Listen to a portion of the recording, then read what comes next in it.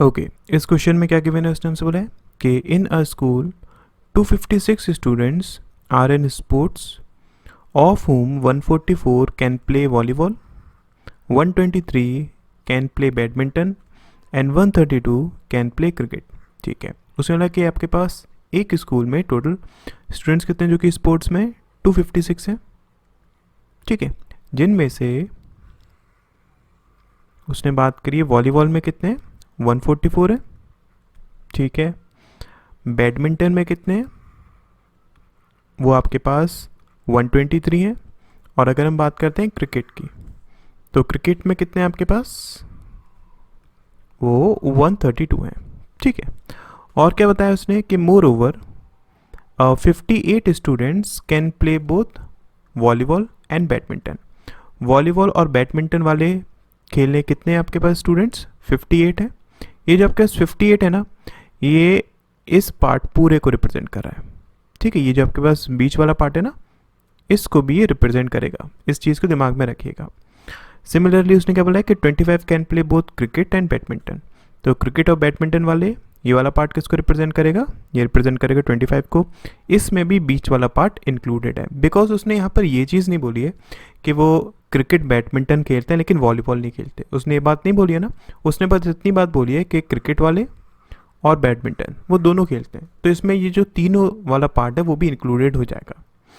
आगे हम क्या करते हैं, उसने बोला कि 63 ऐसे हैं जो कि वॉलीबॉल और क्रिकेट खेलते हैं। तो ये किसको रिप्रेजेंट करेगा, 63 को रिप्रेजेंट करेगा। ठीक है, if every student can play at least one game, अगर हर एक स्टूडेंट एटलीस्ट एक गेम तो खेल ही लेता है, then the number of student who can play only one game is, आपको ऐसे स्टूडेंट्स बताने जो कि सिर्फ एक गेम खेलते हैं। तो इसको हम कैसे कर सकते हैं, देखिए समझिएगा इसको प्रॉपरली। अगर हम बात करें, ये जब कैसे 256 है, ठीक है, ये इक्वल टू किसके होगा, अगर हम ऐड करना चाहें 144 प्लस 123 प्लस 132 को। ठीक है, अब एक चीज़ को समझिएगा, पहले मैं इसको थोड़ा सा शॉर्ट ट्रिक में समझा देता हूँ, फिर इसको डिटेल में भी आपको एक्सप्लेन करूँगा। देखो, जब हमने 144 प्लस 123 प्लस 132 को क्या करा, ऐड करा, इन दैट केस आपके पास ये वाला जो पार्ट है जो कि दो स्पोर्ट्स में इंक्लूडेड है ना, ये आपके पास दो बार काउंट हो गया। बिकॉज जब मैंने वॉलीबॉल को काउंट करा और जब मैंने क्रिकेट को काउंट करा, तो ये बीच वाला पार्ट जो है ना, वो आपके पास दो बार काउंट हो गया। तो मुझे क्या करना पड़ेगा, इसको एक बार माइनस करना पड़ेगा। ठीक है, बिकॉज मेरे को चीज़ों को सिर्फ एक ही बार तो कैलकुलेट करना है। इसी तरीके से ये वाला पार्ट जो है वो भी आपके पास दो बार काउंट हो गया। इसी तरीके से ये वाला पार्ट जो है वो भी आपके पास दो बार काउंट हो गया। तो इसका मतलब क्या है, मुझे इसको माइनस करना होगा एक बार। ठीक है, लेकिन हम एक चीज़ जानते हैं कि ये जो आपके पास 63 वैल्यू है, 58 वैल्यू है और 23 वैल्यू है, ये आपके पास जो वैल्यूज़ दी है वो बीच वाला पार्ट भी क्या कर रही है, इंक्लूड कर रही है ना। इतनी चीज़ समझ में आई।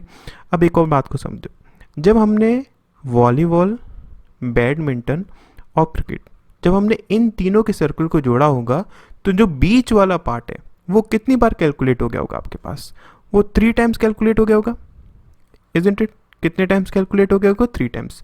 मतलब आपको इसमें से 2 टाइम्स इसको माइनस करना होगा ना। अब इसी बात को अगर मैं इक्वेशन के तौर पर लिखना चाहूँ तो किस तरीके से लिख सकता हूँ, देखो आपने इसमें से माइनस करा क्या, 63 प्लस 58 प्लस 25 को आपने माइनस करा। अब जब आपने इसको माइनस कर दिया, तब आप ये वाला जो बीच वाला पार्ट है उसको आप 3 बार माइनस कर दे रहे हैं। इसका मतलब इसमें आपको एक बार इसको दोबारा से क्या करना पड़ेगा, ऐड करना पड़ेगा। मान लेते हैं बीच वाला जो तीनों गेम्स खेलते हैं वो कितने आपके पास स्टूडेंट्स हैं, एक्स। तो ये आपके पास एक इक्वेशन बन जाएगी। यहाँ से अगर हम एक्स की बात करेंगे तो एक्स आपके पास कितना आएगा, वो 3 के बराबर आएगा। ठीक है, अगर x आपके पास 3 के बराबर आ गया तो हम बाकी वैल्यूज़ को निकाल सकते हैं। पहले मैं इसको थोड़ा सा डिटेल में समझा देता हूँ। वैसे अगर मुझे इसे जल्दी करना होता तो मैं इस इक्वेशन को सॉल्व करके इसके आंसर को निकाल सकता था, बट अगर मुझे इसे थोड़ा सा एक्सप्लेन करना है डिटेल में तो किस तरीके से करूँगा, देखिए।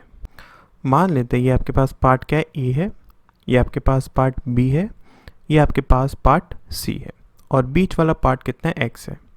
ठीक है। अब जैसे कि मैंने आपको बोला कि आपके पास 144 प्लस 123 प्लस 132, जब आपने इसको ऐड कर लिया, इन दैट केस आपके पास ये जो ए वाला पार्ट है ना वो 2 बार काउंट हो गया। सिमिलरली बी वाला जो पार्ट है वो भी 2 बार काउंट हो गया, और ये जो सी वाला पार्ट है वो भी 2 बार काउंट हो गया। तो आपको क्या करना पड़ेगा कि ए प्लस बी प्लस सी को एक एक बार माइनस करना पड़ेगा, ठीक है। और अगर मैं x की बात करता हूँ तो x आपके पास 3 बार काउंट हो जाएगा जब आप v, b और c को ऐड करेंगे। तो इसका मतलब क्या है, इसमें से मुझे 2 बार x माइनस करना पड़ेगा, ठीक है। यही चीज़ तो होगी ना। ये सब बराबर किसके होगा, ये सब बराबर होगा 256 के। फाइन। अब एक चीज़ को समझो, ये आपके पास टोटल कितना हो गया, 399 के बराबर हो गया, ठीक है, इक्वल टू 256 माइनस। अब अगर मैं बात करूं, क्या मुझे ए, बी और सी की इंडिविजुअल वैल्यूज़ पता है? नहीं पता है ना, क्योंकि ये जो आपके पास बी है, सॉरी ये जो आपका 63 है, ये बराबर किसके, ए प्लस एक्स के है। सिमिलरली ये जो आपके पास 58 है, ये बराबर किसके, बी प्लस एक्स के। और ये जो आपके पास 25 है, ये बराबर किसके, सी प्लस एक्स के, है ना। तो इसका मतलब क्या है, आपको इंडिविजुअली ए प्लस बी प्लस सी की तो वैल्यू पता नहीं है। तो आप यहाँ पर क्या कर सकते हैं, यहाँ पर आप इस x का यूज़ कर सकते हैं। कैसे? अगर मैं यहाँ पर लिखना चाहूँ, मैं एक चीज़ बोल सकता हूँ ना कि a, इसमें से एक x ले लूँ प्लस b, इसमें से दूसरा x ले लूँ प्लस c। अब मेरे पास एक x की कमी हो रही है, तो मैं क्या कर सकता हूँ, एक x को यहाँ पर माइनस एक्स करा दूँ, प्लस एक्स करा दूँ, कोई प्रॉब्लम नहीं होगी। अब ये जो आपके पास एक माइनस एक्स आया, ठीक है, इसको हम c के साथ प्लस में यूज़ कर सकते हैं, मतलब क्या है, c प्लस एक्स हो जाएगा, ठीक है। और बाकी आपके पास प्लस में ये जो x है वो रिमेनिंग रह जाएगा, ठीक। अब हम जानते हैं ना कि ये प्लस ये बराबर किसके, इसी के तो बराबर है ना। देख लो आपके पास ये इक्वेशन आ गई।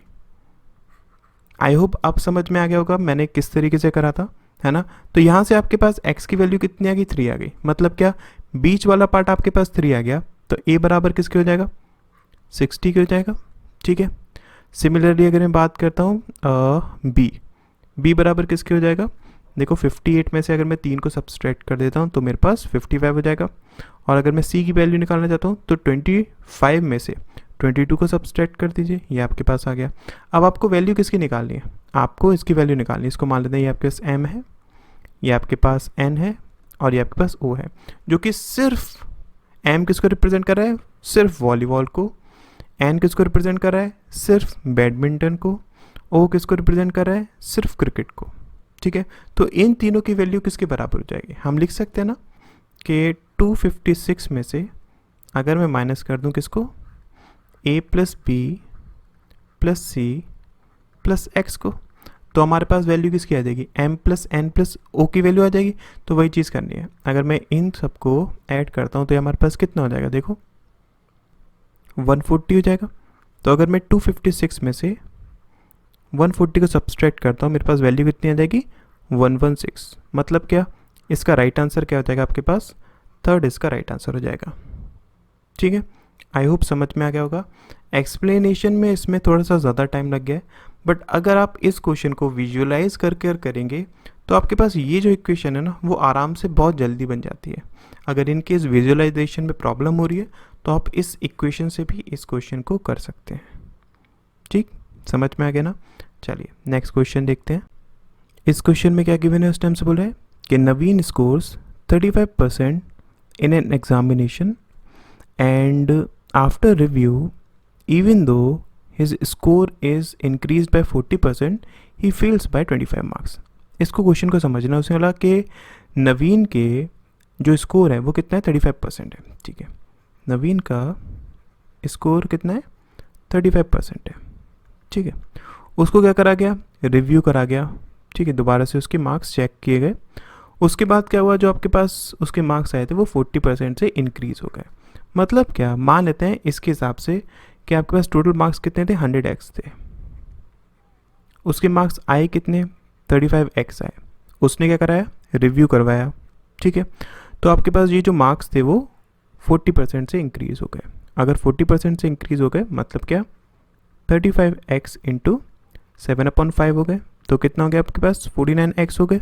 ठीक है, उसने क्या बोला है, जब उसके इतने मार्क्स आए तब भी वो 25 मार्क्स से फेल हो गया। मतलब इस इक्वेशन के अकॉर्डिंग अगर हम लिखना चाहें तो पासिंग मार्क्स आपके पास किसके बराबर होंगे, 49x जो उसके मार्क्स आए उसमें अगर हम 25 को ऐड कर दें, इसी के तो बराबर होंगे ना। सिमिलरली आगे वो क्या बोलता है कि if his pre review score is decreased bye 20%। अब प्री रिव्यू स्कोर इसका कितना आया था, यह आया था ना 35%। तो अगर इसमें से हम डिक्रीज कर देते हैं कितना 20%, मतलब क्या 35x इंटू 4/5। ठीक है, तो ये आपके पास कितना हो जाएगा 28x हो जाएगा। उसने क्या बोला कि he will be 56.5 marks less than the passing marks. इसके हिसाब से अगर हम पासिंग मार्क्स लिखना चाहें तो क्या बोल सकते हैं, वो बराबर किसके होगा 28x प्लस 56.5 के बराबर। ठीक है, अगर हम इन दोनों को इक्वेट कर दें, इन दैट केस हम क्या बोल सकते हैं कि 49x plus 25 is equals to 28x plus 56.5। यहाँ से अगर हम बात करें, ये आपके पास क्या कितना हो गया, ये आपके पास हो गया 21x इक्वल टू किसके 31.5 के। मतलब x की वैल्यू आपके पास कितनी हो जाएगी 1.5 हो जाएगी। उसने बोला क्या था कि the percentage score needed to pass the examination.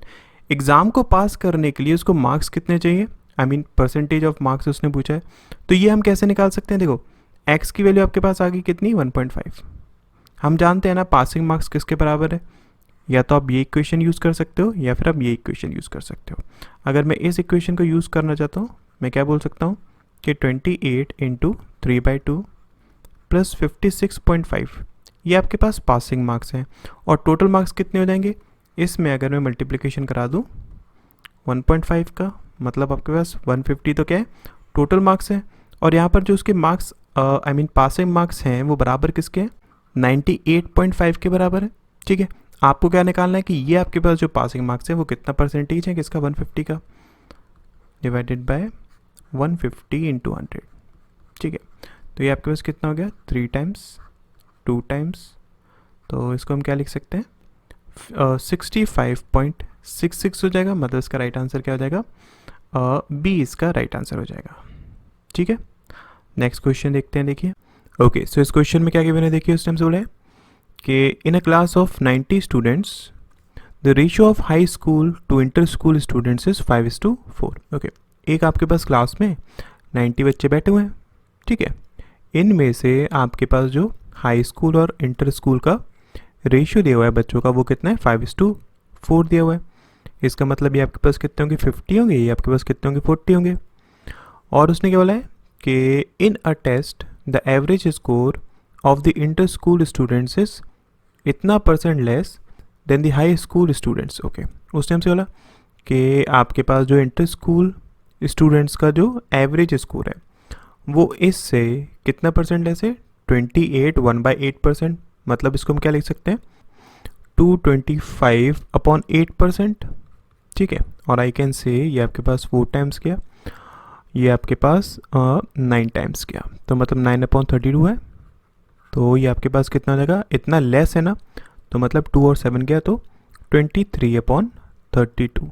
ठीक है, तो मैं लिख सकता हूँ कि आपके पास जो एवरेज स्कोर है इंटर स्कूल स्टूडेंट्स का वो इतना है किससे, जो आपके पास हाई स्कूल का है। मतलब यहाँ पर अगर हम रेशियो के हिसाब से बात करें तो ये आपके पास कितना हो जाएगा, इसको 32K मान लीजिए और इसको 23K मान लीजिए।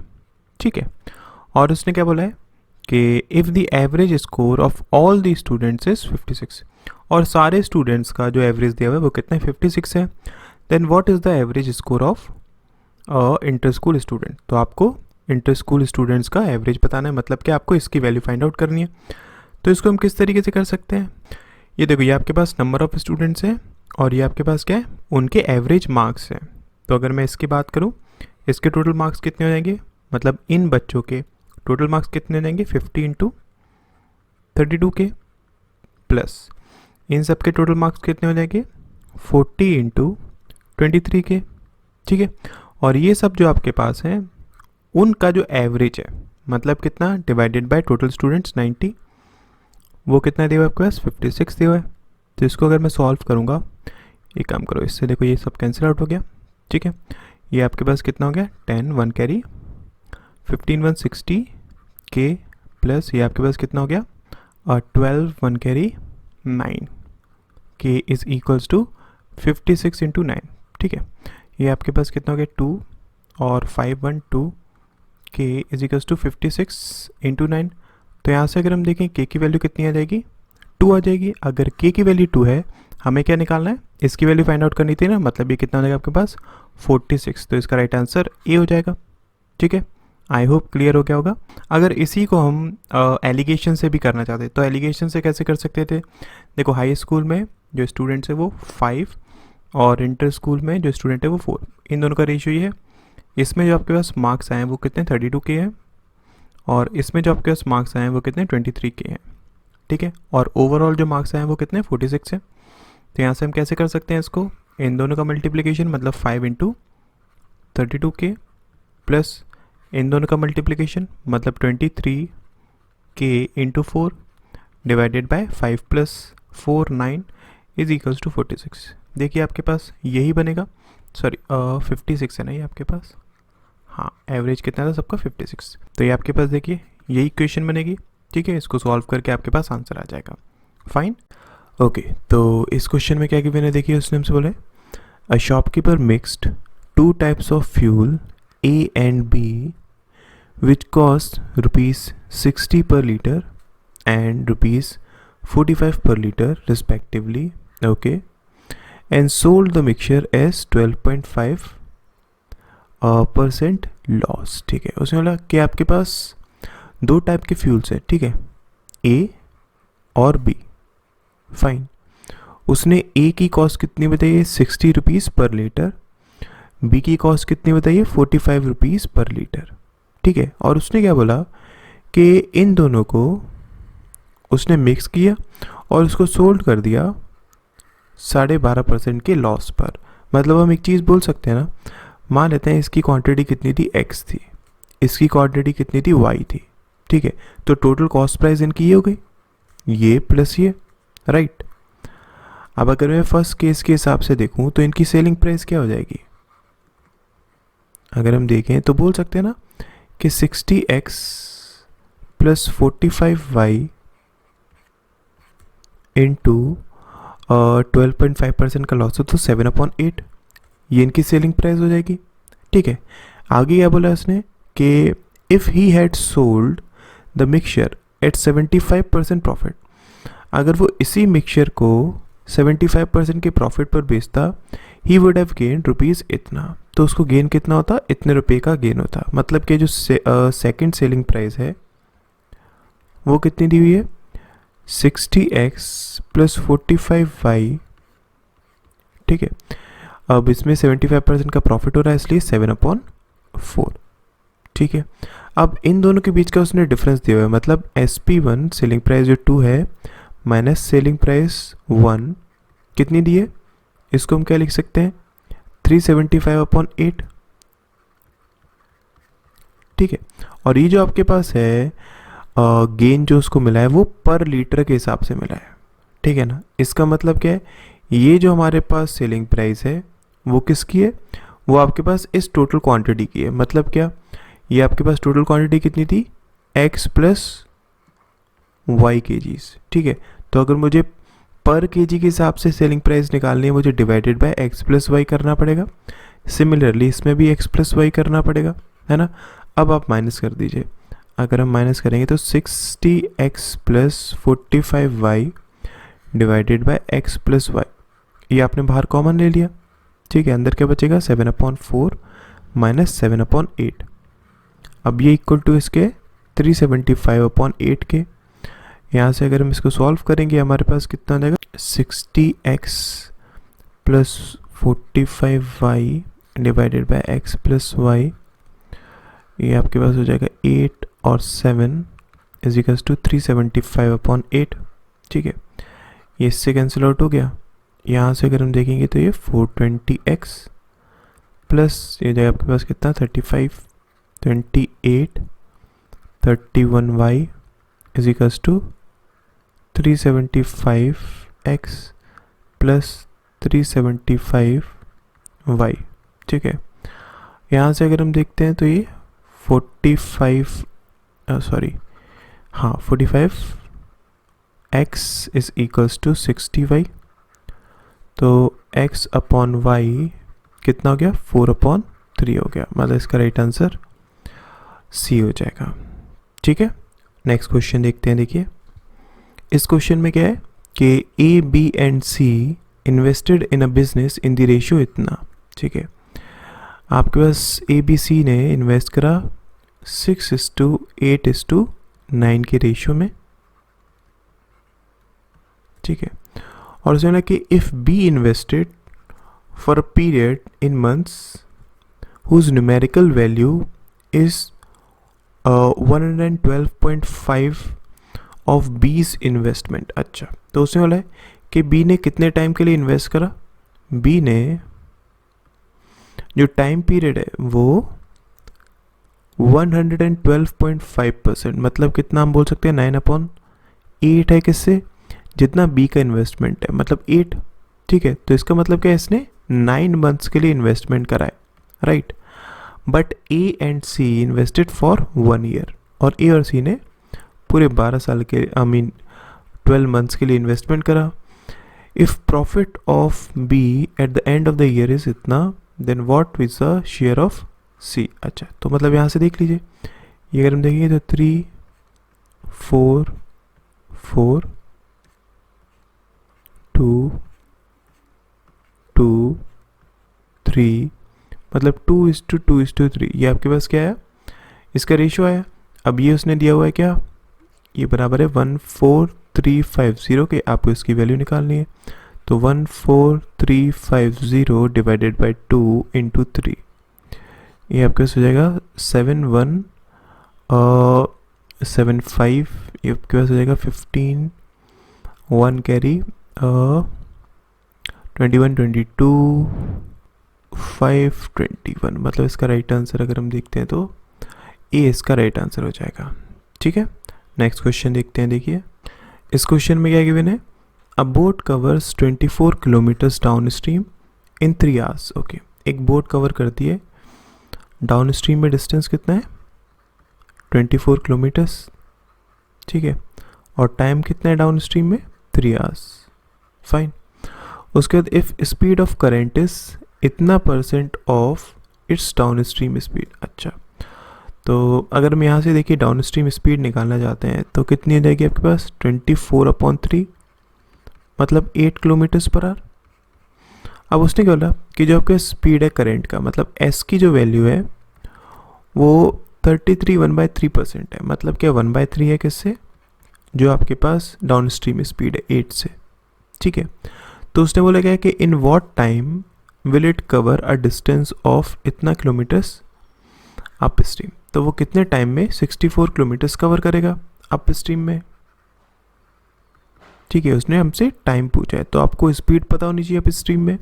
तो देखो यहाँ से अगर हम बात करें ये बराबर किसके होता है, मतलब मैं बोल सकता हूँ ना ये बराबर है b प्लस एस के, ठीक है, और s बराबर इसके, मतलब b बराबर किसके हो जाएगा 8 - 8/3, ठीक है, 24 16/3, ठीक है। तो इसका मतलब क्या है, आपके पास अप स्ट्रीम स्पीड क्या हो जाएगी, ये माइनस ये, मतलब 16/3 माइनस 8/3 इज इक्वल्स टू 8/3। तो इसका मतलब क्या है, एस की वैल्यू आपके पास 8/3 आई, ठीक है। तो टी यू कितना हो जाएगा 64/8 इंटू 3, ये आपके पास हो गया 8 टाइम्स मतलब 24, तो इसका राइट आंसर डी हो जाएगा, ठीक है। नेक्स्ट क्वेश्चन देखते हैं। देखिए इस क्वेश्चन में क्या है कि n is a series of 4 consecutive even numbers, ठीक है। If the sum of reciprocal of first 2 numbers of n is 11/60। Okay, उसमें बोला है कि n एक सीरीज है 4 कंसेक्यूटिव इवन नंबर्स की, ठीक है। मान लेते हैं आपके पास एक इवन नंबर है a, तो दूसरा कितना आ जाएगा a+2, तीसरा कितना आ जाएगा a+4, चौथा कितना आ जाएगा a+6। ये 4 आपके पास क्या है कंसेक्यूटिव इवन नंबर्स हैं, ठीक है। अब उसने क्या बोला कि आपके पास जो फर्स्ट 2 है, मतलब इन दोनों का रेसिप्रोकल 1/a प्लस 1/a+2, ठीक है, ये बराबर किसके 11/60 के दिए हुए हैं। और उसने बोला क्या है कि then what is the reciprocal of the second highest number of n। Okay, तो सेकेंड हाईएस्ट नंबर ये आपके पास हाईएस्ट नंबर है, सेकेंड हाईएस्ट नंबर ये होगा, ठीक है। तो इसका जो रेसिप्रोकल है, फाइन, वो क्या होगा, उसने हमसे ये चीज़ पूछी है, ठीक है। तो इस क्वेश्चन को हम किस तरीके से कर सकते हैं, देखिए एक तरीके तो आपके पास ये है कि आप इस इक्वेशन को सॉल्व करें, इन दैट केस आप आंसर को फाइंड आउट करें, ठीक है। दूसरा तरीका क्या है, आप ऑप्शंस का यूज़ करें। कैसे, देखो 1/a+4 है, इसका मतलब ऑब्वियसली ये जो आपके पास वैल्यू होनी चाहिए वो इवन होनी चाहिए, इतना तो आपको कंफर्म है ना, ठीक है। अगर इवन होनी चाहिए तो ये वैल्यू आपके पास कैंसिल आउट होगी, ये आपके पास ऑप्शन कैंसिल आउट हो गया, ये दो ऑप्शंस बचे, ठीक है। अगर हम इन दो ऑप्शंस का यूज़ करते हैं तो देखो a+4 आपके पास इस कंडीशन के हिसाब से कितना होगा 12, मतलब अगर ये आपके पास 12 है तो ये आपके पास 14, ये आपके पास 10 और ये आपके पास 8, ठीक है। अब इन दोनों का रेसिप्रोकल करो, देखो 1/8 प्लस 1/10, अगर मैं इसको सॉल्व करूँगा ये आपके पास कितना हो जाएगा 45 प्लस 4, मतलब 9/40 हो रहा है। तो ये इसके इक्वल तो है नहीं, इसका मतलब क्या है, ये आपके पास 12 तो होगा नहीं। अगर हम 14 को लेते हैं तो ये 14 है, ये आपके पास 16 है, 12 एंड 10। अब अगर इन दोनों का हम करते हैं तो देख लो आप 1/10 प्लस 1/12, ठीक है, 60, ये आपके पास 6 टाइम्स और 5 टाइम्स 11/60 आ रहा है ना, ये सेटिस्फाई कर रहा है कंडीशन को। इसका मतलब क्या है, उसने आपके पास सेकेंड हाईएस्ट की वैल्यू पूछी है ना, तो ये कितना हो जाएगा 14, मतलब इसका राइट आंसर बी हो जाएगा, ठीक है। नेक्स्ट क्वेश्चन देखते हैं, देखिए ओके, इस क्वेश्चन में गिवन क्या है, Mohan has 20% savings with him from his monthly salary. Okay, Mohan के पास 20% क्या है, सेविंग्स है, ठीक है। तो अगर उसकी इनकम है 100%, सेविंग्स है उसकी 20%, ठीक है, तो बाकी की बची हुई उसका एक्सपेंडिचर हो जाएगा कितना 80%, ठीक है। अब उसने बोला कि if expenditure on clothing is 25% of the overall expenditure. Okay, तो उसने लगा कि क्लोथिंग में वो जितना खर्चा करता है वो 25% है जितना उसका ओवरऑल एक्सपेंडिचर, मतलब इसका 1/4, तो 20% बोल सकते हैं। ये आपके पास क्या है क्लोथिंग में, ठीक है। और उसमें लगा कि and his total expenditure except clothing is इतना, मतलब क्या बाकी का जो बचा हुआ आपके पास है 60%, वो बराबर दिया हुआ है उसने किसके 4200 के। तो उसने हमसे सेविंग्स पूछी, मतलब 20% की आपको वैल्यू निकालनी है, तो ये आपके पास कितना हो जाएगा, इसका 1/3 कर दीजिए, मतलब 1400, तो इसका राइट आंसर सी हो जाएगा, ठीक है। इस क्वेश्चन में क्या गिवन है, उसने बोला है कि अ bag contains 30 white and 7 black ball. Okay, एक बैग में वाइट कितनी है 13 है और ब्लैक कितनी है 7 है, ठीक है। उसके 2 balls are drawn at random, 2 ball निकाली जाती है इनमें से, ठीक है। What is the probability that they are of the same colour, तो सेम कलर के होने की प्रोबेबिलिटी क्या हो सकती है।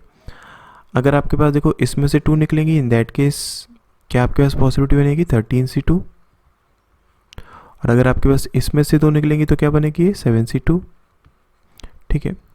ये आपके पास 2 पॉसिबिलिटीज़ डिवाइडेड बाय टोटल कितनी है 20 है, तो 20C2, ठीक है।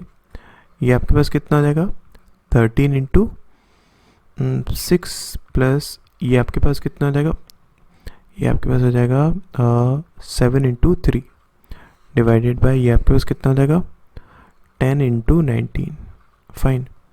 ये आपके पास 78, ये आपके पास 21, तो 99, मतलब 99/190, तो इसका राइट आंसर बी हो जाएगा, ठीक है। ओके, इस क्वेश्चन में क्या गिवन है, उसने बोला है कि the average age of a family 5 years ago was 23.5 years। Okay, उसने बोला कि 5 साल पहले जो एवरेज एज थी एक फैमिली की वो कितनी थी 23.5 years थी, ठीक है।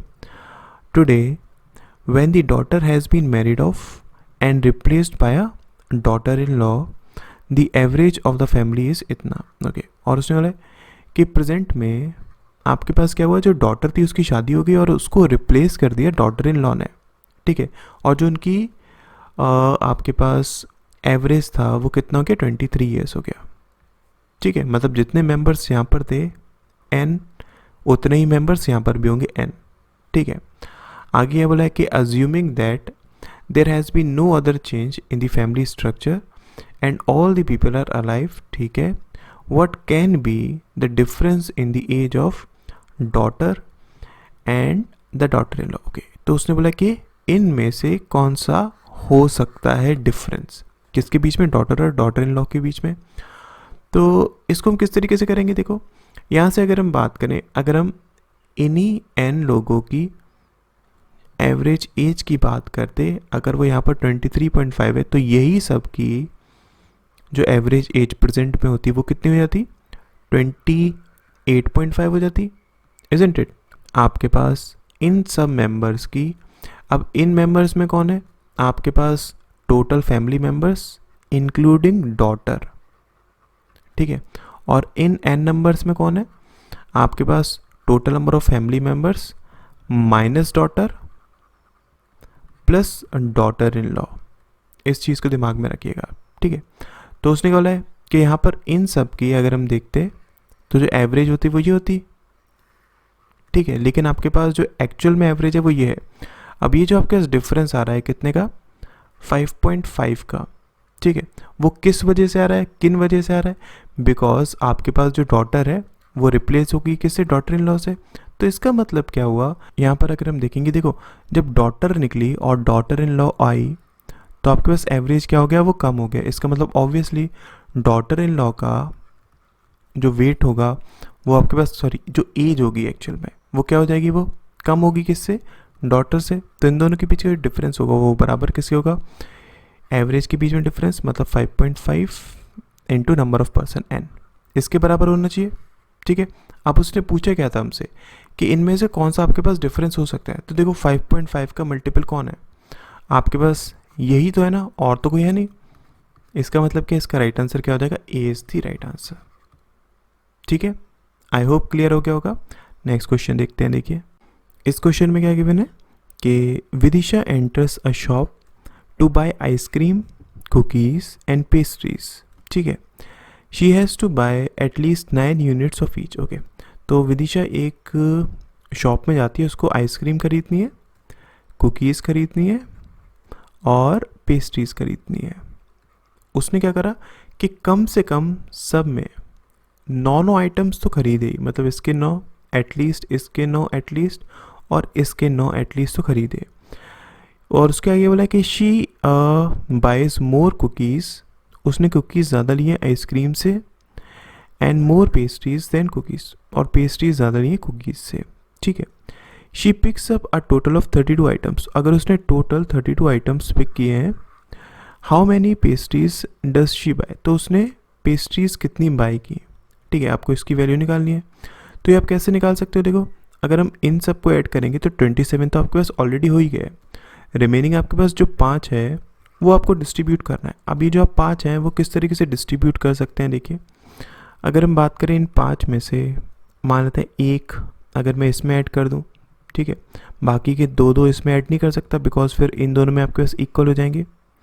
मैं इसमें 1 और इसमें 3 नहीं कर सकता बिकॉज इन दोनों में आपके पास क्या हो जाएंगे, 1 हो जाए, आई मीन सेम हो जाएंगे।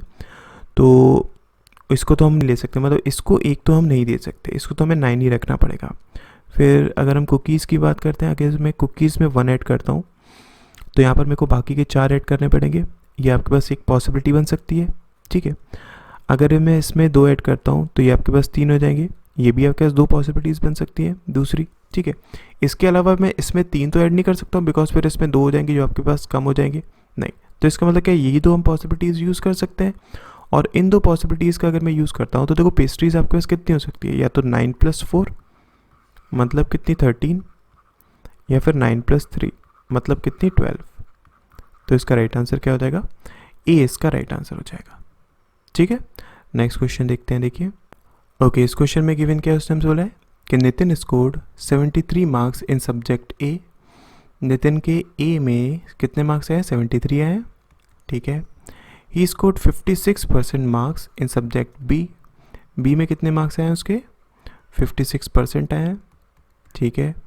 And X marks in subject C, और सी में एक्स मार्क्स आए हैं, और उसके बाद maximum marks in each subject was इतना, ठीक है। मैक्सिमम मार्क्स आपके पास इसमें 150 150 150, अगर ये आपके पास 150 है तो परसेंटेज वाइज अगर हम देखेंगे 56% है किसका? 150 का, मतलब 3 2 28, ये आपके पास कितना हो गया? 24 84, तो ये मार्क्स आपके पास कितने हो गए? 84 हो गए, ठीक है। अब उसने आगे हमसे क्या बोला है कि the overall percentage marks obtained by Vinay. अब यहाँ पर उसने बात करी विनय की, कि विनय के जो ओवरऑल परसेंटेज मार्क्स हैं वॉज 1/4 लेस, 1/4 लेस है मतलब क्या? 3/4 है किससे? जो परसेंटेज ऑफ मार्क्स आए हैं नितिन के सब्जेक्ट सी में, ओके। जो परसेंटेज ऑफ मार्क्स आए नितिन के सब्जेक्ट सी में, ठीक है। Find the overall marks obtained by Vinay, okay. तो विनय ने ओवरऑल मार्क्स कितने आए, हमें वो चीज़ फाइंड आउट करनी है इन 3 सब्जेक्ट्स में।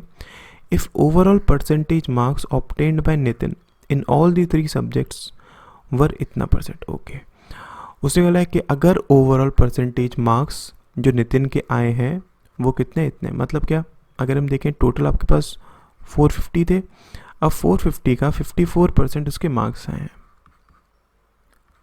ठीक है। तो हम बोल सकते हैं ना ये आपके पास 9 टाइम्स गया, 2 टाइम्स गया, 27 टाइम्स गया, 63, ये आपके पास 18 24, तो मतलब ओवरऑल इसके मार्क्स ये होंगे, ठीक है। अब अगर हम देखें आपके पास 243 में से इन दोनों को अगर हम सब्सट्रैक्ट कर देंगे आपके कितना हो जाएगा? 7 और 157, तो रिमेनिंग आपके पास कितना बचा? देखो 6, और ये आपके 5 और 3 8, 86, तो मतलब क्या?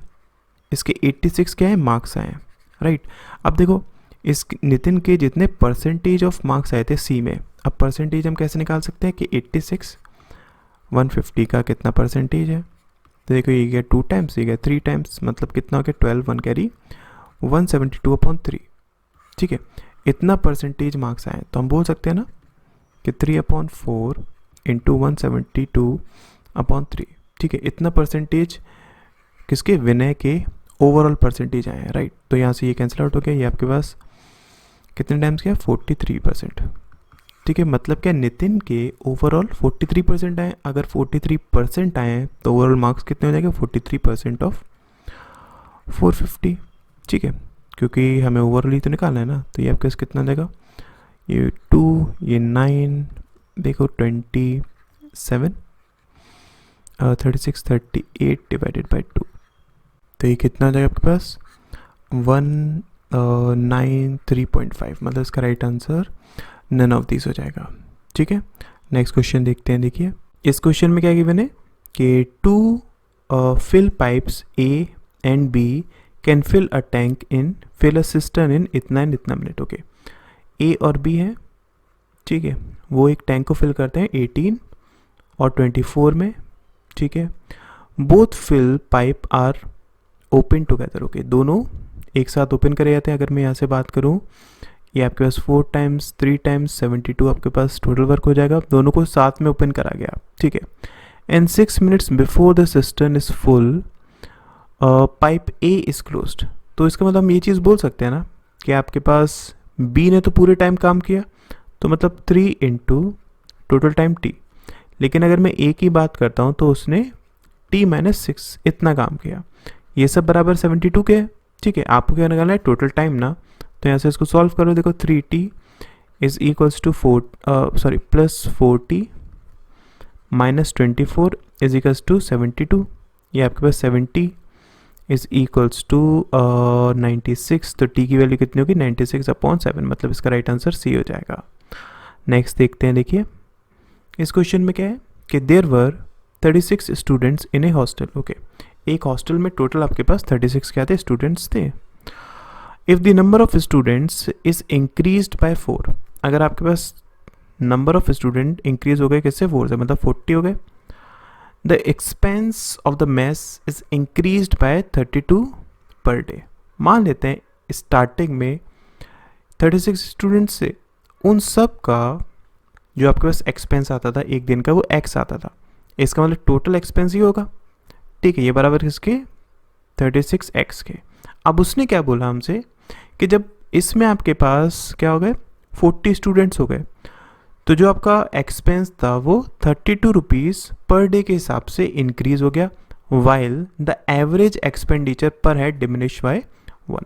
लेकिन जो आपके पास एवरेज एक्सपेंडिचर था मतलब x, वो अब रिड्यूस हो गया किससे x माइनस 1 से, ठीक है। तो अब आपके पास जो टोटल एक्सपेंडिचर आता है वो 40 x माइनस 1 आता है। तो उसने बोला क्या कि ये माइनस ये बराबर है 32 के, तो हम बोल सकते हैं ना कि 40 x minus 40 minus 36x is equals to 32 के, और I can say 4x is equals to 72 और x is equals to 1818।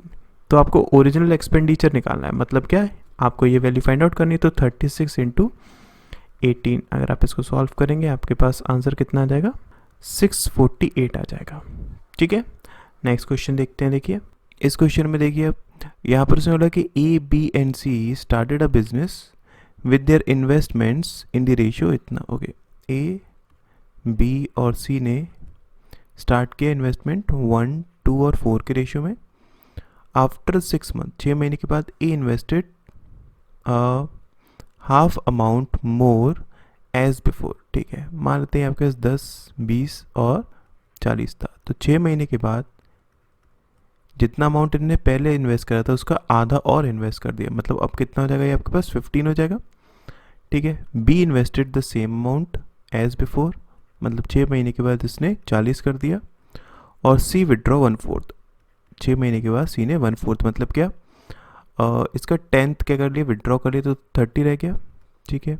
Find the ratio at the end of the year, मतलब क्या 6 इंटू 6 इंटू 6, तो देखो 6 से 6 ये तो कैंसिल आउट हो जाएगा, राइट। ये आपके पास अगर मैं 5 से कैंसिल आउट करने जाता हूँ तो 2 टाइम्स 3 टाइम्स 5 हो गया, 4 टाइम्स 8 टाइम्स 12 हो गया, 8 टाइम्स 6 टाइम्स 14 हो गया, मतलब सी इसका राइट आंसर हो जाएगा, ठीक है।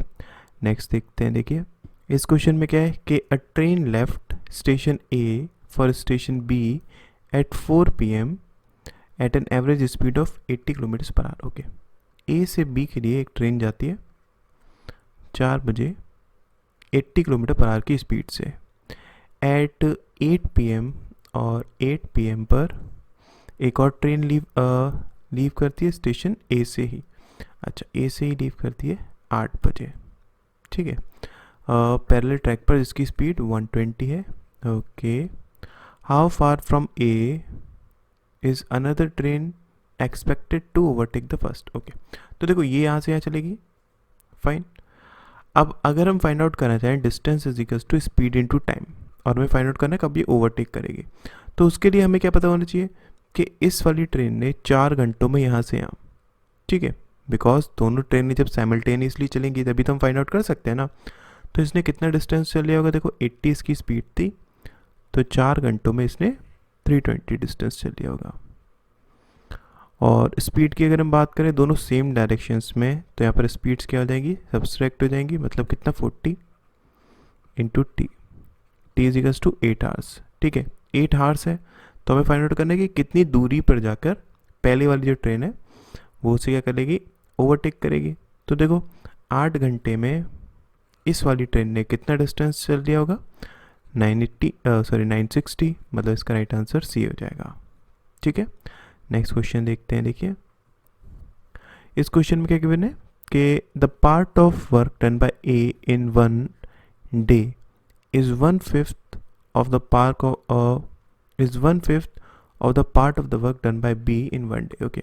ए एक दिन में जितना काम करता है वो 1/5 है बी जितना एक दिन में करता है, तो मतलब ये कितना हो गया आपके पास a upon B is equals to 1/5, और A's 1 day work is 3/4 of C's 1 day work, और ए एक दिन में जितना काम करता है वो 3/4 है सी के एक दिन के काम से। तो यहाँ से अगर हम देखें ए अपॉन सी कितना हो जाएगा, 3/4 हो जाएगा।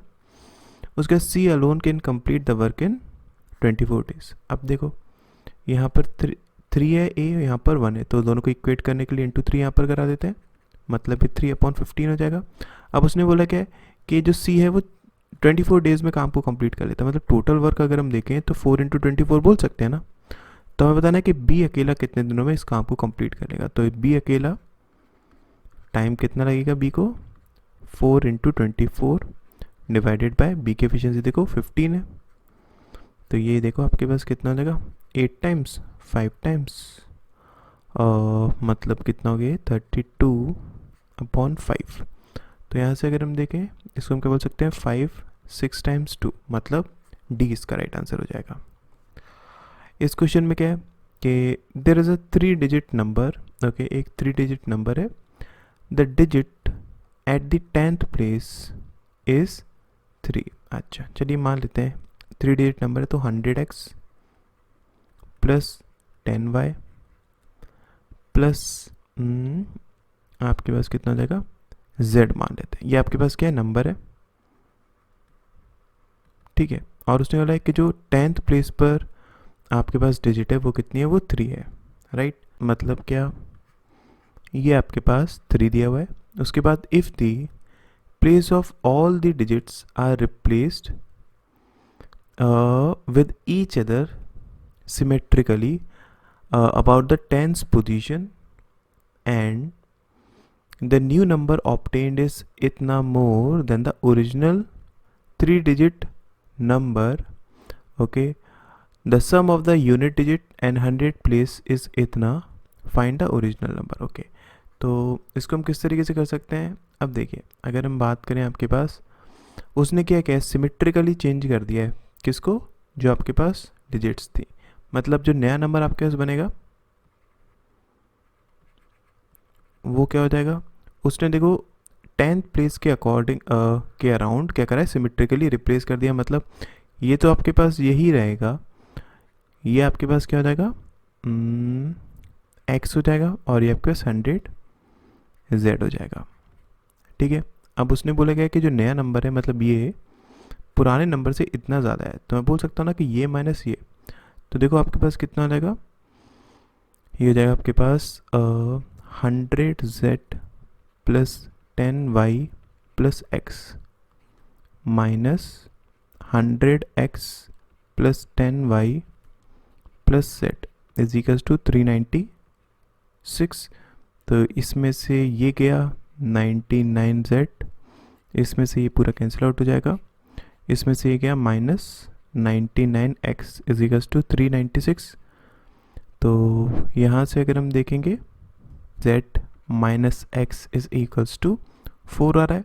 अब उसने हमसे बोला गया था कि जो सम है डिजिट्स का यूनिट प्लेस और 100 प्लेस पर वो 14 है, मतलब कि z प्लस एक्स आपके पास 14 दिया हुआ है। तो यहाँ से अगर हम देखें इसको अगर हम ऐड ही करते हैं तो ये तो कैंसिल आउट हो जाएगा, z बराबर किसके हो जाएगा 18 के, तो z बराबर किसके हो जाएगा 9 के हो जाएगा, ठीक है। z बराबर 9 के है तो x बराबर किसके हो जाएगा देख लो, ये आपके पास अगर 9 minus 4 is equals to x मतलब 5 हो जाएगा। तो अगर हम लिखना चाहें यहाँ पर आपके पास क्या था, यहाँ पर अगर हम वैल्यू को पुट भी करना चाहें आपके पास ओरिजिनल नंबर फाइंड आउट करना है ना, तो 100 × 5 और z आपके पास कितना 9 है, तो ये 500 और 9 यहाँ पर 3 ऑलरेडी यहाँ पर था, तो मतलब ये क्या हो जाएगा 539 इसका राइट आंसर हो जाएगा, मतलब बी इसका राइट आंसर हो जाएगा, ठीक है। नेक्स्ट क्वेश्चन देखते हैं। देखिए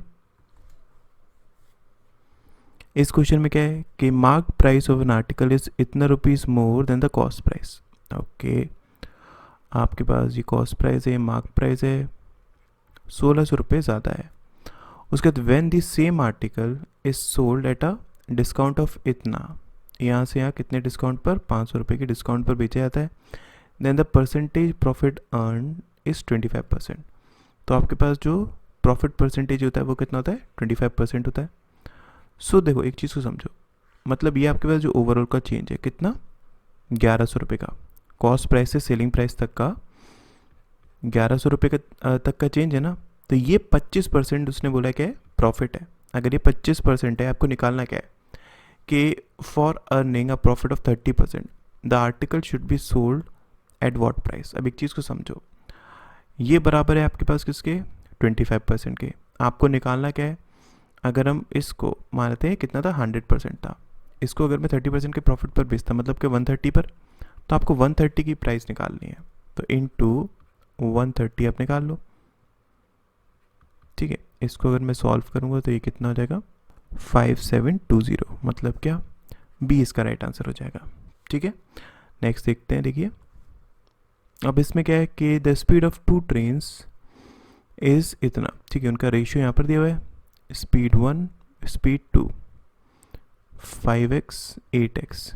ठीक है, और सर कि the sum of their height is इतना। ओके, L1 प्लस L2 660 के है। उसके बाद the ratio of the time taken to cross an electric pole by A and B is इतना।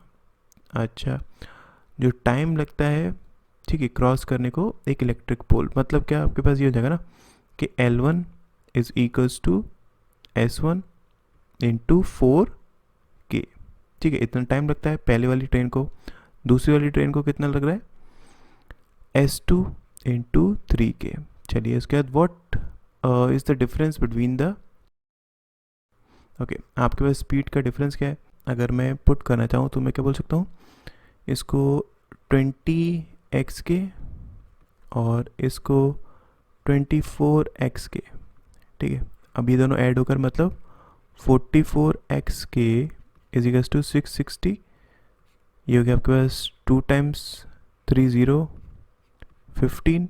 ठीक है, तो डिफरेंस कितना हो जाएगा, 4x के, मतलब क्या 4 इंटू 15 कितना हो गया, 60। तो इसका राइट आंसर ये हो जाएगा। ठीक है, नेक्स्ट क्वेश्चन देखते हैं। देखिए इसमें क्या है कि at present the sum of the ages of 4 people is इतना। ठीक है, एट प्रेजेंट आपके पास 4 लोगों का जो सम है वो कितना दिया हुआ है, 76 दिया हुआ है। आफ्टर 7 ईयर, 7 साल के बाद जो रेशियो है वो इतना हो जाएगा। ओके, 7 साल के बाद रेशियो कितना है, 7:6:5:8 है। आपको प्रेजेंट एज निकालनी है इसकी। अब एक चीज़ को समझिएगा, यहाँ से यहाँ अगर एज में जो चेंज होगा वो कितना हो जाएगा, 7 इंटू 4, 4 लोगों में 7-7 साल बढ़ जाएंगे ना, तो कितना 76 प्लस 28, 4 1 कैरी 104। तो इन सब का जो टोटल होगा इस रेशियो का वो इसके बराबर होगा। मतलब यहाँ से अगर हम देखें तो ये कितना हो गया आपका, 26 बराबर है इसके, तो 1 बराबर किसके हो जाएगा, 4 के। अब देखो अगर 1 बराबर 4 के तो C की वैल्यू मतलब 5 बराबर किसके हो जाएगा, 20 के। राइट, अब 5 बराबर 20 के, और ये आपके पास जो एज है वो C की है 7 साल के बाद। तो हमें प्रेजेंट में निकालनी है, तो प्रेजेंट कितनी हो जाएगी, इसमें से 7 साल सब्सट्रैक्ट करिए, 13, मतलब D इसका राइट आंसर हो जाएगा। ओके, इस क्वेश्चन में क्या है कि Anil score 72% marks in 5 subjects together. ठीक है, सब्जेक्ट्स के नाम यहाँ पर दिए हुए हैं। Where in the maximum marks of each subject is इतना। ठीक है, मतलब अगर हम बात करें आपके पास देखो 72% उसके मार्क्स आए और सब में आपके मार्क्स कितने थे, 100 थे, मतलब टोटल मार्क्स कितने होंगे, 500 होंगे। ठीक है, अगर 500 में से 72% उसके मार्क्स आए हैं, इसका मतलब टोटल उसने कितना स्कोर करा होगा, 72/100 इंटू 500, मतलब कितना हो गया आपके पास, 1 कैरी 36। ठीक है, कितना हो जाएगा आपके पास, 360, मतलब उसने टोटल स्कोर किया होगा। राइट, अब उसके बाद उसने कि how many marks did Anil scored in science. Science में फाइंड आउट करना है। अगर उसके 80 मार्क्स आए हिंदी में, ठीक है, 70 संस्कृत में, 76 मैथ्स में, 65 इंग्लिश में, तो ये सब ऐड कर लो, 1 कैरी 1 यहाँ पर हो जाएगा। कितना हो गया, 14 20 29। ठीक है, तो इसमें से सब्सट्रैक्ट कर लीजिए, यहाँ पर आपके पास 9 और 60 69, मतलब इसका राइट आंसर बी हो जाएगा। ठीक है, नेक्स्ट क्वेश्चन देखते हैं। देखिए इस क्वेश्चन में क्या है कि अ box contain 4 blue 6 green and 5 red balls. ठीक है, एक बॉक्स में 4 के आपके पास ब्लू हैं, 5 आपके पास रेड हैं और 6 आपके पास ग्रीन है। If 2 balls are drawn at random, अगर 2 बॉल्स निकाली जाती हैं, then what is the probability that both balls are not red in colour. Okay, दोनों बॉल्स रेड कलर की नहीं है, उस टाइम से ये चीज़ बोली। तो इसको हम किस तरीके से निकाल सकते हैं? देखिए, अगर हम बात करें यहाँ पर आपके पास क्या क्या पॉसिबिलिटीज़ हो सकती हैं। हो सकता है कि आपके पास दोनों में से एक क्या हो, रेड बॉल हो, दूसरी बाकी में से अदर हो जाए, या फिर दोनों ही आपके पास अदर हो जाए। बिकॉज उसने बोथ की बात करी है ना, उसने ये नहीं बोला है कि नो रेड बॉल, उसने बोला है कि both balls are not red in colour. Fine, तो इसका मतलब इसकी ये दो पॉसिबिलिटीज़ बन सकती हैं। तो इन दोनों को चेक कर लो, ये आपके पास कितना आ जाएगा। देखो 5, अगर पहले वाली की बात करूँ तो 5 इंटू बाकी का रिमेनिंग 10 डिवाइडेड बाय आपके पास 15C2, ठीक है। प्लस दूसरी पॉसिबिलिटी अगर हम बात करें तो ये आपके पास जाएगा 10C2 डिवाइडेड बाय 15C2, मतलब ये कितना हो गया 5 into 10 divided by 15 into 7, plus ये आपके पास हो जाएगा 5 इंटू 9 डिवाइडेड बाय 15 इंटू 7, ठीक है। मतलब 50 प्लस 45 अपॉन 15 इंटू 7, मतलब कितना हो गया 9 अपॉन 15 इंटू 7। ये आपके पास 3 टाइम्स गया, ये आपके पास 19 टाइम्स गया, मतलब कितना 19 अपॉन 21। तो इसका राइट आंसर क्या हो जाएगा, ये हो जाएगा। अगर आप चाहते तो इसको इस तरीके से भी कर सकते थे। इसकी एक और पॉसिबिलिटी हो सकती थी जिसमें दोनों रेड होती। तो ये पॉसिबिलिटी आपके पास जो बनती वो कौन सी बनती, नेगेटिव वाली। मतलब क्या 1 माइनस इस वाले को मैं सब्सट्रैक्ट कर देता। अब इसकी प्रोबेबिलिटी क्या निकल सकती थी कि दोनों आपके पास रेड बॉल्स हो, दोनों रेड बॉल्स हो, इसका मतलब 5C2 अपॉन 15C2। इसको भी सॉल्व करते आपके पास आंसर क्या आता, यही आता। ठीक है, नेक्स्ट क्वेश्चन देखते हैं। देखिए, ओके, इस क्वेश्चन में क्या गिवन है, उसने हमसे बोला कि A starts from Pune and B starts from Mumbai to meet each other. ठीक है, ए स्टार्ट करता है पुणे से और बी स्टार्ट करता है मुंबई से, ठीक है, एक दूसरे को मीट करने के लिए। फाइन, उसके बाद the speed of A is 37 kilometre per hour, इसकी स्पीड कितनी 37 है, while the speed of B is 41 kilometre per hour, इसकी स्पीड 41 है, ठीक है। If the distance between Pune and Mumbai is इतना, इनके बीच में डिस्टेंस कितना दिया हुआ है 234 दिया हुआ है, and both A and B starts their journey at the same time. तो हमें बताना है कि वो कब मीट करेंगे। सिंपल क्वेश्चन है। यहाँ पर अगर हम बात करें distance is equals to speed into time, distance आपके पास 234 दिया हुआ है, स्पीड दोनों क्या हो जाएंगी, ऐड हो जाएंगी, बिकॉज ऑपोजिट डायरेक्शंस में। मतलब कितना हो जाएगा आपके पास 8 और 7 इंटू टी निकालना है बस आपको। ये देख लो आपके पास कितना हो जाएगा, टी की वैल्यू 3 आ जाएगी, मतलब इसका राइट आंसर क्या हो जाएगा, नन ऑफ दिस। ठीक है, नेक्स्ट क्वेश्चन देखते हैं। देखिए, इस क्वेश्चन में क्या है कि a system has 1 inlet A and 1 outlet B, ठीक है। A takes 5 hours to fill the empty tank, okay. A को 5 घंटे लगते हैं, ठीक है। When B is not open, ठीक है, and B takes 8 hours to empty the full tank, okay. और बी को कितने घंटे लगते हैं, 8 घंटे लगते हैं, ठीक है। ये एम्प्टी करने के लिए, ये फिल करने के लिए। उसके बाद if the tank is 2/5 full, okay. अगर टैंक क्या है 2/5 फुल है, तो यहाँ से देखो इन दोनों का एलसीएम कितना हो जाएगा 40, ये कितना हो जाएगा 8, ये कितना हो जाएगा 5। उसने बोला कि इसमें से अगर 2/5 क्या है वो ऑलरेडी फिल है, मतलब कितना 16 आपके पास ऑलरेडी फिल है, तो रिमेनिंग कितना है 24 है। तो उसने बोला गया कि how much time will it take to fill the tank completely when both A and B are opened simultaneously in hour, okay. तो उसने बोला क्या कि इसको भरने के लिए इनको कितना टाइम लगेगा अगर दोनों को हम साइमल्टेनियसली ओपन कर देते हैं। अगर देखो दोनों ओपन हो जाएंगे, ये आपके पास नेगेटिव में है, तो दोनों ऐड ओवर कितना हो जाएगा 3 into T is equals to 24, मतलब टी की वैल्यू कितनी हो जाएगी आपके पास 8 हो जाएगी। तो इसका राइट आंसर 4 हो जाएगा।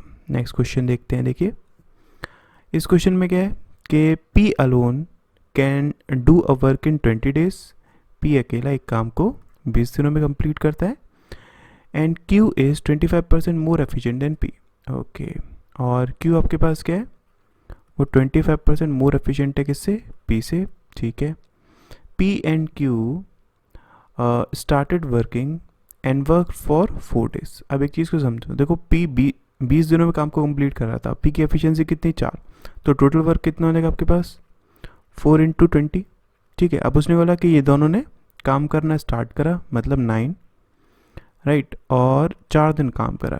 ठीक है, उसके बाद if R alone completed the remaining work, फिर इसके बाद आर ने अकेला काम करा 22 days में। ठीक है, तो हमें बताना है कि आर अकेला कंप्लीट कितना कर लेगा, आई मीन कितने टाइम में पूरा काम कंप्लीट कर लेगा। तो ये बराबर इसके 80 के है, ये कितना आपके पास 36, मतलब आर इंटू 22 बराबर किसके हो जाएगा 44 के। तो आर की वैल्यू कितनी होगी 2, मतलब आर की एफिशिएंसी 2 हो गई। तो आर 4 × 20 डिवाइडेड बाई 2 मतलब कितना 40 days में। तो इसका राइट आंसर 3rd हो जाएगा। नेक्स्ट देखते हैं, देखिए इस क्वेश्चन में क्या है कि the average age of Monu, his wife and their 2 children is इतना। ठीक है, आपके पास मोनू प्लस उसकी वाइफ प्लस उसके 2 children, मान लो C1 + C2, वो कितनी दी हुई है 23 दी हुई है। ठीक है, उसके बाद his wife is just 4 years younger than Monu. Okay, Monu minus wife कितना है 4 है, and his wife is 20 year older and his wife was 20 year old when there daughter was born. Okay, मान लेते हैं ये आपके पास कौन है, डॉटर है, ये आपके पास कौन है, सन है। ठीक है, तो हम ये चीज़ बोल सकते हैं ना कि वाइफ माइनस डॉटर कितना है 20 है। ठीक है, and he was 28 year old when their son was born, मतलब क्या Monu minus son equal to किसके 28 के है। चलिए, what is the sum of the age of Monu and his daughter. ठीक है, मोनू और उसकी डॉटर की एज का सम कितना, हमें ये चीज़ फाइंड आउट करनी है। तो देखो इन सब का जो टोटल होगा वो इंटू 4 हो जाएगा, मतलब कितना, यहाँ से अगर हम देखें तो 12 1 कैरी 8 over 9, राइट। अब देख लो यहाँ पर अगर हम पुट करना चाहते हैं तो किसके रिस्पेक्ट में निकाल सकते हैं, अगर m के रिस्पेक्ट में m प्लस w को हम क्या लिख सकते हैं m-4 प्लस डॉटर को हम क्या लिख सकते हैं, हम लिख सकते हैं आपके पास w-20। ठीक है, और प्लस यहाँ से अगर हम देखें सन को क्या लिख सकते हैं हम m-28। ठीक है, तो यहाँ से देख लो अगर मैं यहाँ पर डॉटर लिखता इन दैट केस, चलिए इसको देख लेते हैं, ये आपके पास कितना जाएगा m-4। चलिए, तो ये देखो कितना हो गया 1 2 3 4 4m, ये आपके पास कितना हो गया माइनस और -8, और ये आपके पास हो गया -28, मतलब कितना -56। ठीक है, और ये बराबर किसके है आपके 92 के है। तो यहाँ से अगर हम 4m लिखते हैं, ये कितना हो जाएगा आपके पास 56 ऐड करेंगे तो 814, मतलब m की वैल्यू कितनी हो जाएगी आपके पास, ये हो जाएगी आपके पास 37। ठीक है, m की वैल्यू 37 हो गई। आपको m की वैल्यू पता चल गई। अगर मैं d की वैल्यू निकालना चाहता हूँ तो यहाँ से w निकालो। देखो w आपके पास कितना हो जाएगा, w आपके पास हो जाएगा m-4 ना 33, और अगर w इतना है तो आपके पास d की वैल्यू कितनी हो जाएगी 13 हो जाएगी। ठीक है, और अगर d की वैल्यू 13 है तो यहाँ पर पुट कर लो आप 37 + 13 50, मतलब इसका आंसर 4th हो जाएगा। नेक्स्ट देखते हैं, देखिए इस क्वेश्चन में क्या है कि निहारिका हैड ₹8,000। ओके, निहारिका आपके पास 8,000 रुपीज़ है। She invested some of it in savings scheme X and the rest of the money in saving scheme Y। Okay, उसके बाद 8,000 रुपये थे। ठीक है, उसने इसमें से कुछ अमाउंट X में इन्वेस्ट कर दिया और कुछ Y में इन्वेस्ट कर दिया। She invested for 3 years in scheme X and for 2 years in scheme Y। Okay, इसमें 3 साल के लिए, इसमें 2 साल के लिए। Savings scheme X provide SI 20%, ये 20% SI। ठीक है, और Y प्रोवाइड कराता है कंपाउंडेड एनुअली 30%। ठीक है, ये 30% CI, फाइन। उसके बाद the interest received from scheme X is इतना more than the interest receive from इतना। अच्छा, अब देखो यहाँ से इंटरेस्ट कितना मिल जाएगा आपको, अगर हम बात करें ये हो जाएगा आपके पास 60% ऑफ एक्स,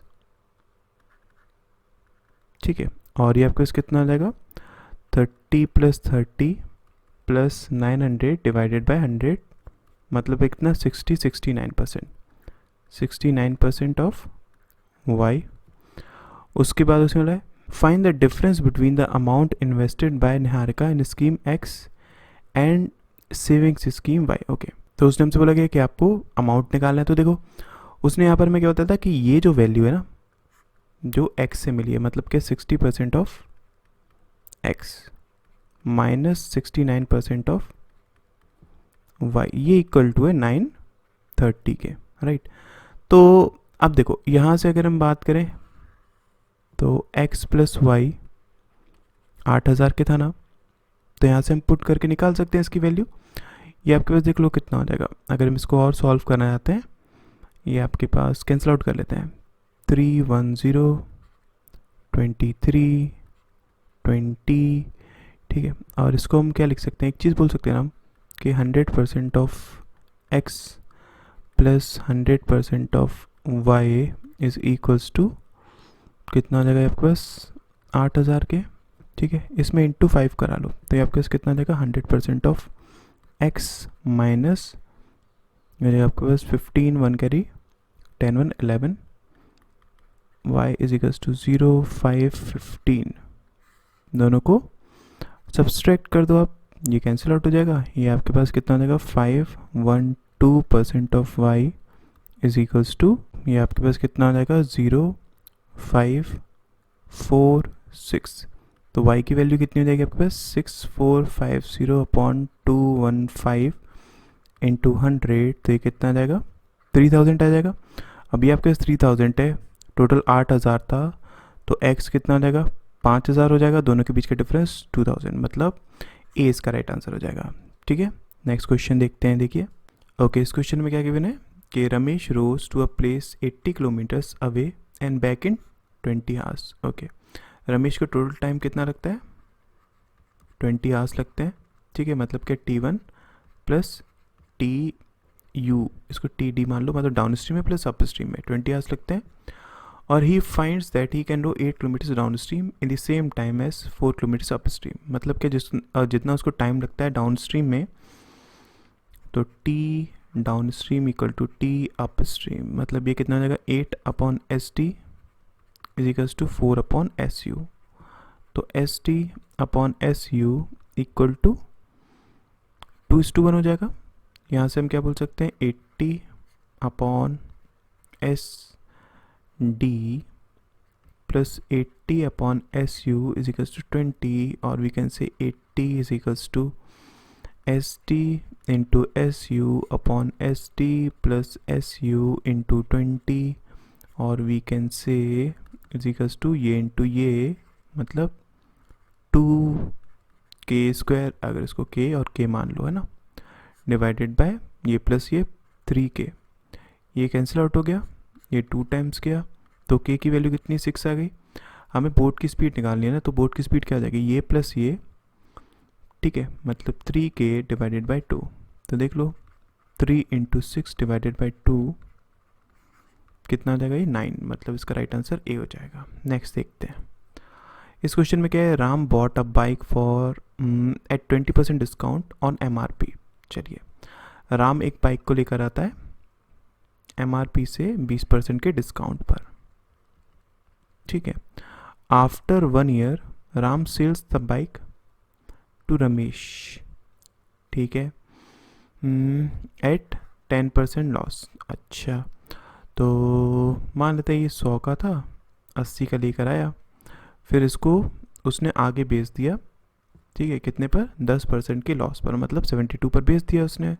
और उसके बाद after 1 year 1 more year Ramesh sells bike at 20% profit, यहाँ से उसने 20% प्रॉफिट पर बेच दिया, मतलब इंटू 6/5। चलिए रंजन को, और रंजन ने पे करे इतने रुपीस, तो हमें MRP निकालिए। तो देख लो यहाँ से अगर हम बात करें, ये 72 × 6/5 ये बराबर है किसके 129 600 के आपको MRP 100 की वैल्यू निकालनी है, तो निकाल लीजिए। 129,600 divided by 72 into 6 into 5 into 100, ये आपके पास कितना हो जाएगा? और ये आपके पास हो जाएगा 1,50,000।